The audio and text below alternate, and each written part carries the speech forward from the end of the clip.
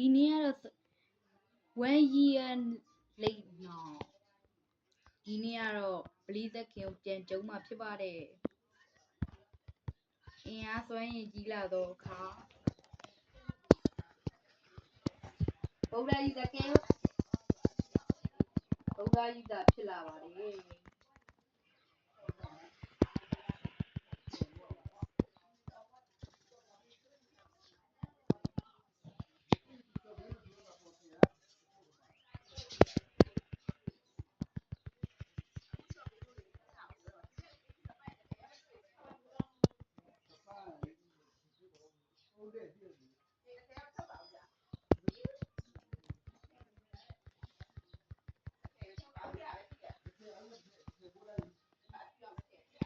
အဲ့ဒီကောင်မင်းတို့ဒါမှမရီယာငါ့ကိုချီးကျူးမှာပေါ့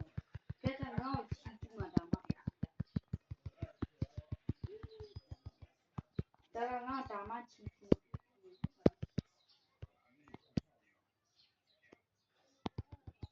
အဲ့ဒါကြောင့်မလို့ကျုံးပြအဲ့ဒီပလီသက်ခင်ကိုကျုံးမှာပြင်ပြီးမှာ